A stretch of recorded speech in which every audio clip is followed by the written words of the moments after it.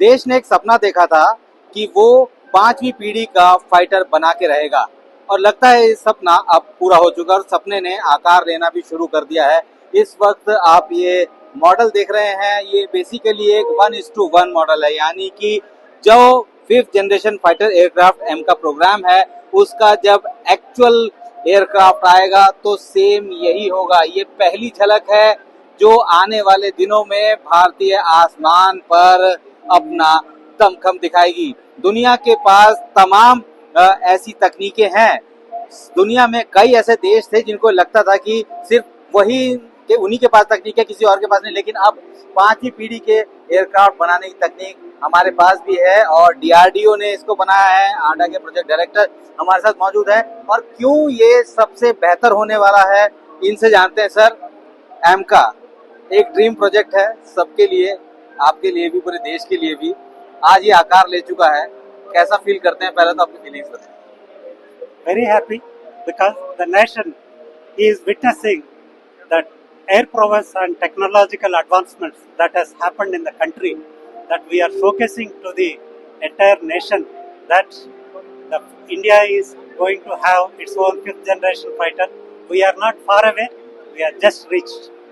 Sir, कोई भी ऐसा प्रोजेक्ट होता है उसके कंपटीटर भी बहुत होते हैं, क्योंकि कल उन्होंने साफ कर दिया कि ये सरकार ने कह दिया कि प्रोजेक्ट तो आगे जा रहा है, लेकिन कंपटीशन में 2 कंट्री और भी है। उनके जो एयरक्राफ्ट है उनकी बात करें और इनकी बात करें, उससे ये कितना डिफरेंट है? सबसे डिफरेंट तो यही है कि ये इंडिजिनस है, लेकिन वैसे अगर हम लोग स्पेसिफिकेशन, पावर, स्ट्राइक पावर में कितना डिफरेंट होने वाला है उन दोनों से? ये मीडियम वेट एयरक्राफ्ट है, वो कंटेम्पररी एयरक्राफ्ट का other 5th generation aircraft are all heavy weight category है. This is designed exclusively for Indian Air Force requirements, keeping in mind. So that way, as far as the 5th generation futures are concerned, it is contemporary with all other 5th generation fighters. It is no way inferior. Sir, किसी भी aircraft का जो wait जो है वो बहुत matter करता है, क्योंकि हमारा जो स्पेसिफिक ऐसा नहीं है, वो हमारा युद्ध विमान है. If we wanted to use it in our territory, what we wanted it is designed for it. So weight, it is 35 tons or 25 tons, doesn't matter as long as it meets our Air Force requirements.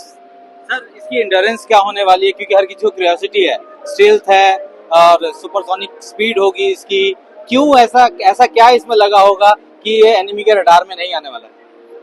Enemy के 5th generation fighter है तो enemy के radar में नहीं detect होना है.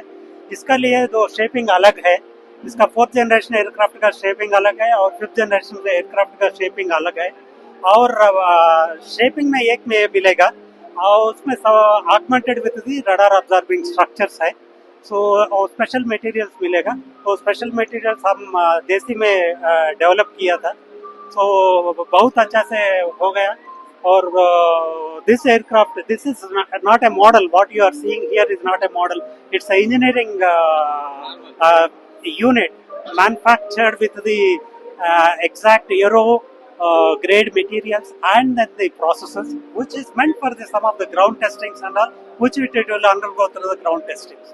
किसी भी एयरक्राफ्ट का स्टेल्थ होना उसके लिए एक कह सकते हैं वरदान होता है, क्योंकि नॉर्मली फाइटर एयरक्राफ्ट में इक्विपमेंट या जो आर्मामेंट होते हैं वो बाहर होते हैं, लेकिन इसको स्टील्थ बनाने के लिए उनको जो है इंटरनल किया जाता है. तो क्या किस तरीके का रेशो रहने वाला है? क्योंकि जैसे हार्ड पॉइंट्स हैं, बाकी जो 5th जनरेशन फाइटर एयरक्राफ्ट है, किसी में 12 हार्ड पॉइंट है, 6 अंदर 6 बाहर. इसका क्या स्पेसिफिकेशन रहने वाला है? इसका भी एक इंटरनल वेपन में होता था. इसका इंटरनल वेपन में 1.5 टन वेपन कैरी कर सकता है. उसमें स्टेल्थ मिशन में, नॉन स्टेल्थ मिशन में additional another 5 tons it can be carried. वो अंदर का 4 स्टेशन है और बाहर का 6 स्टेशन है और 2 पार्ट स्टेशन है. सो 12 स्टेशन है. इसमें 12 स्टेशन है. 12 स्टेशन है. सर, कब तक हम लोग उम्मीद करें कि इसकी पहली फ्लाइट देखने को मिलेगी? 2028 ending it will fly. It will fly by 2028 ending. अभी हम लोग देख रहे हैं कि जो हमारे एडवर्सरीज हैं, खास तौर पे कि एक दूसरे की मदद भी कर रहे हैं, 5th generation fighter aircraft China जो है वो पाकिस्तान को भी देने वाला है। तो हमारे दोनों जो पड़ोसी हैं उनके पास ये एयरक्राफ्ट है या होंगे। हम लोग कितना इसको एक्सपेक्ट कर रहे हैं कि ये दोनों एरिया में, दोनों लेवल पे ये काम कर पाएगा, कैसे काम कर पाएगा?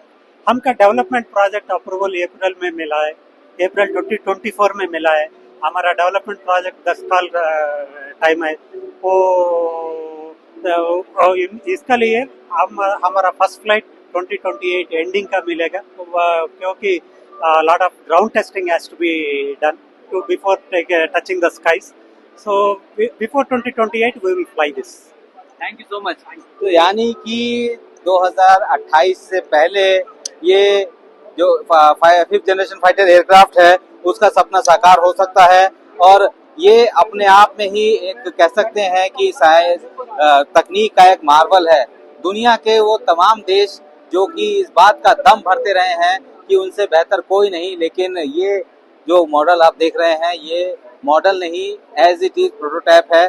यहाँ पे इस वक्त ये जरूर खड़ा नजर आ रहा होगा, पार्क नजर आ रहा होगा, और इसके जो कंपटीटर हैं वो बाहर उड़ान भर रहे हैं। लेकिन 2028 के बाद जितने भी ऐसे एरो इंडिया शोज होंगे वहाँ पे ये भी मौजूद होगा। लेकिन अब थोड़ा सा इसको घूम के दिखाने की कोशिश करता हूँ कि आखिर इसमें क्या खासियत है।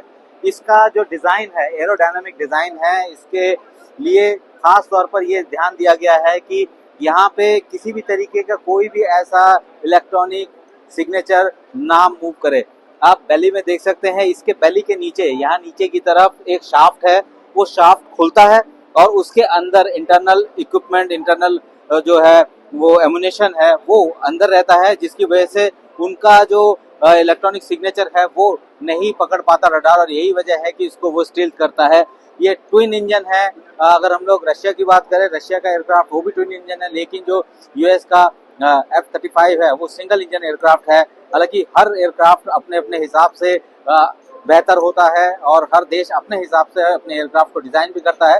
भारत ने भी अपने हिसाब से ही अपने एयरक्राफ्ट को डिजाइन किया है, और इस वक्त ये वो तस्वीर है जो कि हर कोई देखना चाहता था कि भारत का अपना खुद का एक 5th जनरेशन फाइटर एयरक्राफ्ट हो, और वो ये सपना यहाँ पे साकार होता हुआ नजर आ गया है।